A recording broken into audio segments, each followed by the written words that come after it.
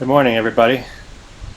It's a very breezy day today, so I decided to make my video and then talk over the top of it so I don't have to compete with the wind. I'm too much of a mumbler, so I'm hard to hear as it is, so we'll try it this way. Today I have Bill and Lady with me today, and we're going to go cut a wagon load of pine for some more clapboard siding. A lot of people have asked how long it takes to do all this stuff, so this morning I'm going to get the horses hitched up and not speed through it and just do it my regular time, and so you can see how long it does take. It's not like a tractor. You can't just jump on and go. There's quite a bit to it. Of course, I've already harnessed them back in the barn, but it does take time. So this is Lady. We'll get the bridle on her. I always take the halters off first.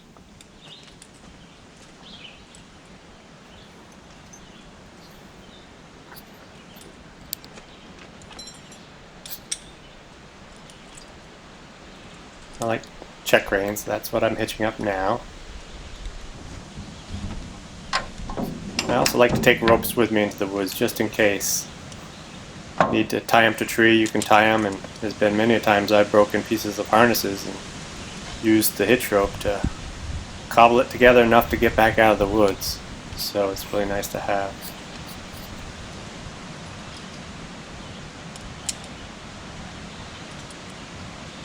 So now we'll put the bridle on Bill.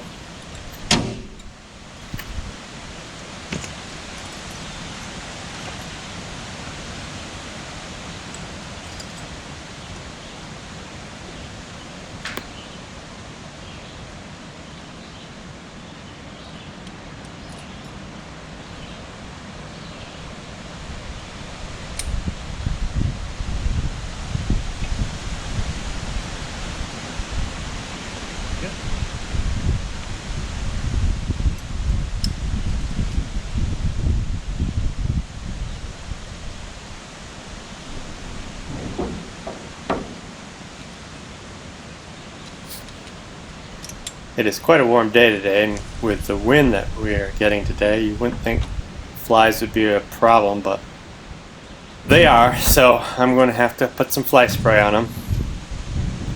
When I use fly spray, it's usually a spray bottle like this, which I like to use. They don't love it, of course. When I spray their ears like that, it really bothers them, but that's really where the flies are the worst some days. But I just go slow and careful. A lot of times I will actually spray it onto a rag and wipe around their ears, but today I just sprayed it on them quick like. It's I've noticed over the years the difference between Belgians and Percherons as far as flies. The Belgians seem to take the flies so much better than the Percherons. I think the Percherons must have a really soft skin or something, because they just can't seem to take the flies very well.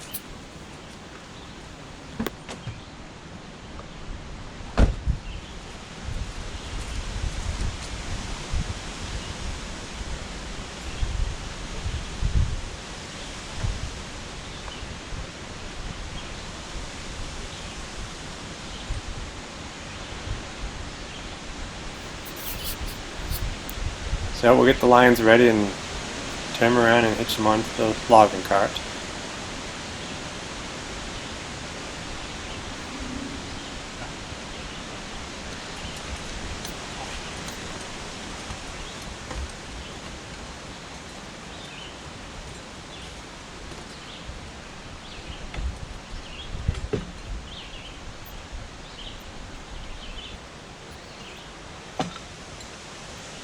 So I'll hitch the neck yoke up first. I always hitch the neck yoke up first.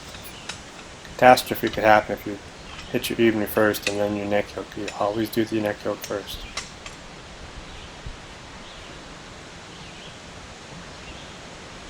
I've got another video that I made back last winter about D-ring harnesses, which is what I use on my harnesses. And if you're more interested in that, you could go back to that and look at that again.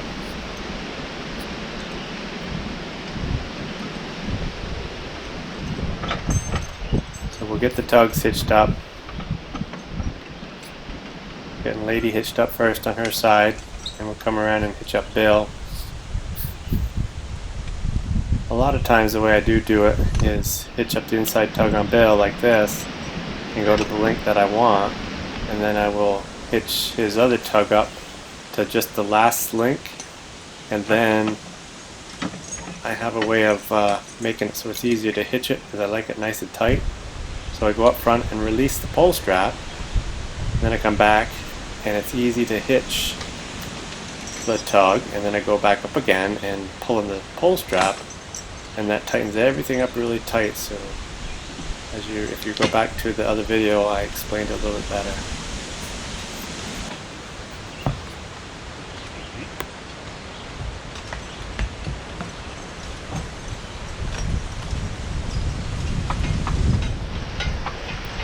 So we'll pull up beside the truck, get out the chainsaw, and gas and oil, and my wrench and files.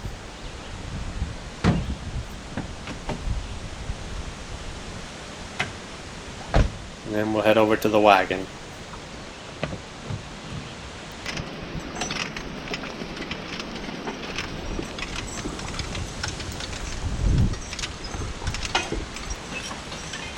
As we pull up to the wagon, as many of you probably know that have used horses, when you back up to a tongue like this, they don't always back up perfect, and they don't always stop exactly where you want them to stop. But they did good today. They stopped pretty good. I do have a sliding hitch on this tongue, which is really nice.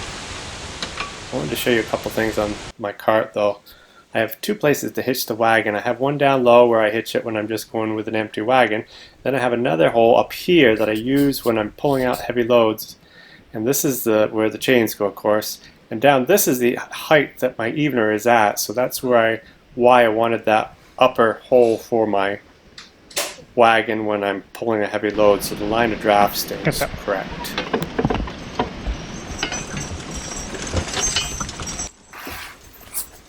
I have been logging in these woods for almost 30 years now. There's a nice network of roads through here, and I've always said as I'm hauling logs in and out of here how much I would like to share this with other people, because it's just such a beautiful spot, and especially in the fall when the leaves are all turning, it's just very, very nice through here. So maybe in this fall I can share some rides through the woods with you as I haul logs.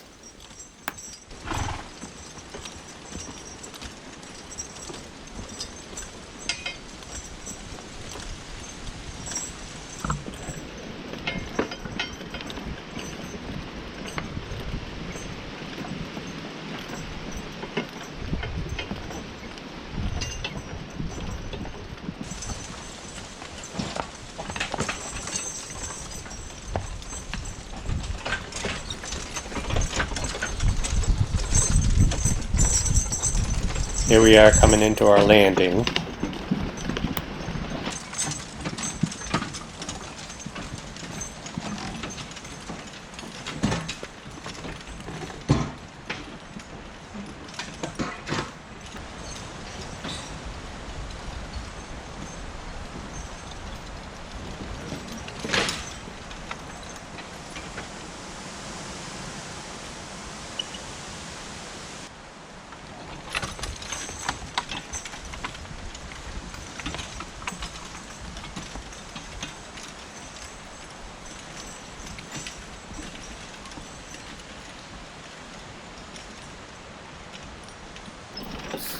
As I'd said on another video also, we have some nice white pine in here that a forester has marked for us, so we've cut what we wanted from his marking. But I always check to see if there's any trees that have lost tops or something's wrong with them. And I found 3 in here that I really needed to take out. One had a top that came off, and 2 of them had some big holes in it. And for some reason it just doesn't grow white pine that well down here. Too often I wait too long, and then this tree up to our left, this is what happens to them. So I don't want that to happen if I can help it.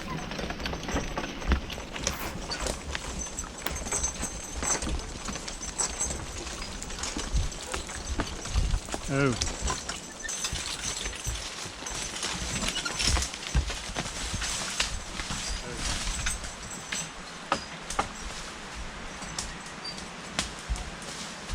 So this is the first tree I'm going to take out today. I actually came in yesterday, drove down in here with my four-wheeler and cut these trees, which as it turned out was a good thing to do with all the wind that we're having today. It's not the safest to be cutting trees down. So I got them all cut yesterday, so now all I have to do is skid them out and load them on the wagon and bring them home, so it won't take too long.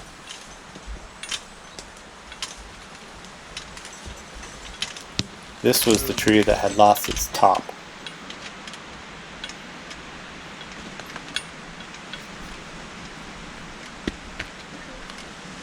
Most of these trees this size, if the trail is straight, I will hitch right onto the whole tree and take the whole tree out if it's not a very long skid.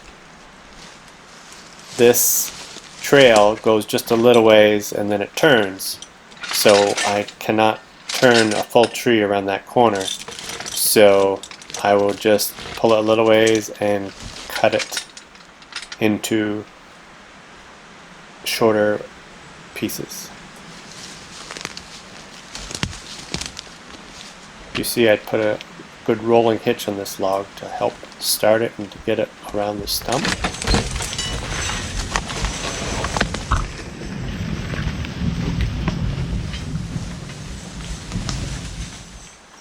It's a pretty long tree, the top didn't even come into sight. So now I'm marking it. I think I'm going to end up cutting 3 12-foot logs.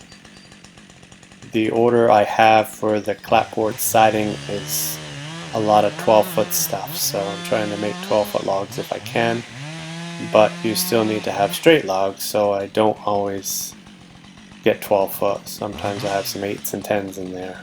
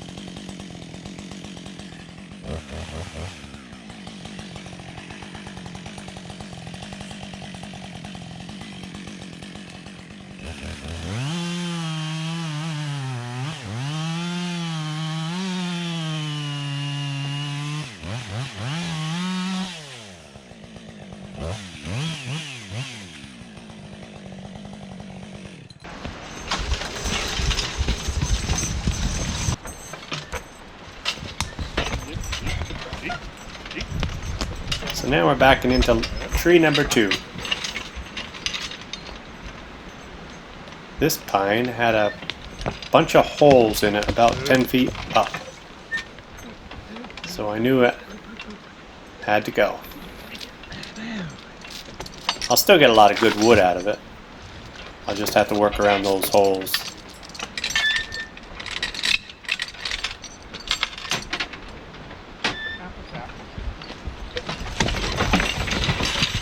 The horses started this log tree good, but they hit that stump, so it stopped them, so I had to back up and position myself a little differently, get a closer hitch so it'd pop up and over and around that stump.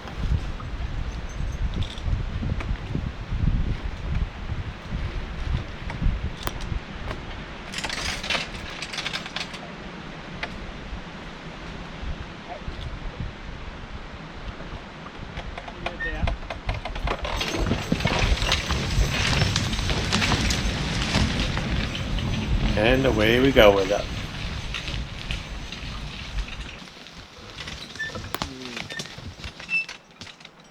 So now we're back into our third and final tree for the day. Sometimes when I back up like this, if I back my cart up to a tree, I'll tie my lines like this so the horses don't go anywhere. It's a little ways back to this log. I kept some hardwood saplings there that I felt I could get through and not damage. So that's why I wanted to use a long chain and leave those saplings there.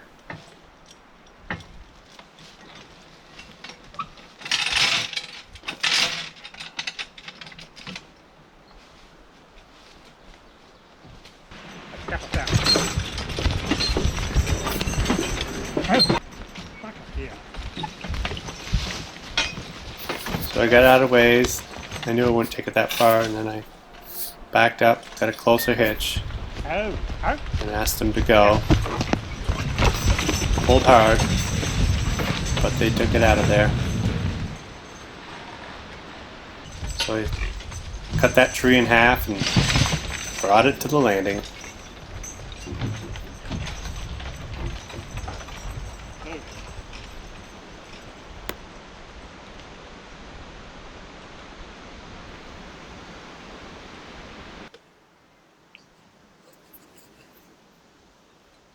Most of the time I mark the trees in the woods with the chainsaw, so it's just a matter of cutting them into logs when I get at the landing.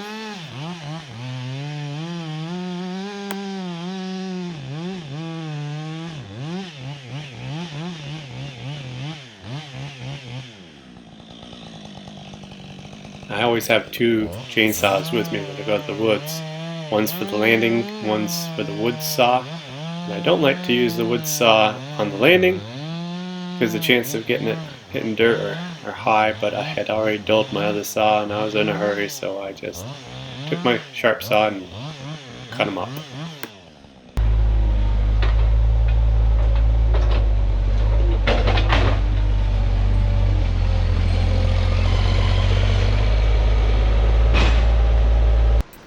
I usually bring a ratchet strap in with me every time to strap my logs on my wagon, but I forgot it today.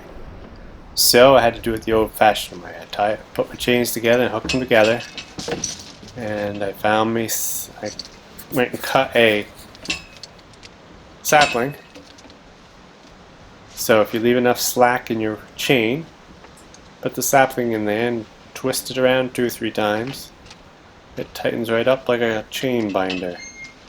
And then I just take the end of the chain and hold it in place. I actually did snap that a little bit, but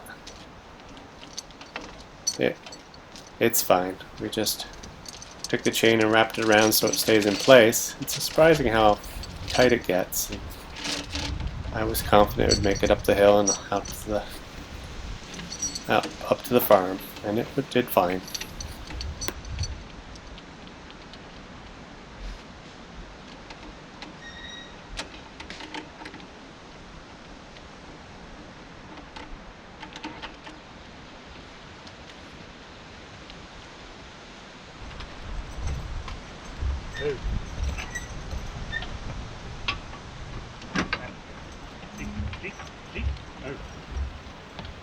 So now you'll see I hitched to the top hole in the cart.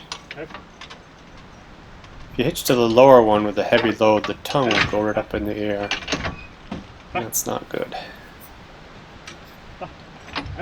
So we're all loaded and ready to head for home. I hope you enjoyed the video. Have a good day.